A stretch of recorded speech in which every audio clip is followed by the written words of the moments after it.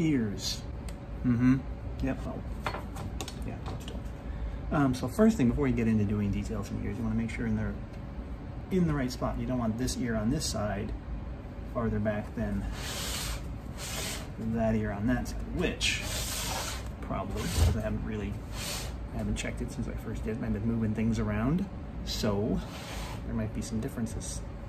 So what I do is I can reference my image and measure off of that, because it should still be roughly the same scale. And I want to have this knife, I don't want to have it tilted this way, I want it perpendicular to the head. And I can find the tool here, so I want to make sure of that, and I can see where. Alright, so I continue to measure and measure and measure. But basically your bottom of your ear is kind of in line with the top of your lip, although I'm a little low there, and then the top of your ear is about with the your eye line, and I completely hacked off the whole thing because I want to start over. So I'm going to kind of go over that. And I started with kind of like a C shape.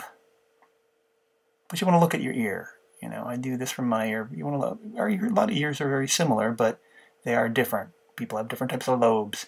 And I'm looking at this, I can see I went back later and like raised the ear a little bit, or because I think I made them too low in this little demo. But anyway, kind of getting that overall shape, the way that curves around and that top part twists around and goes back into the ear.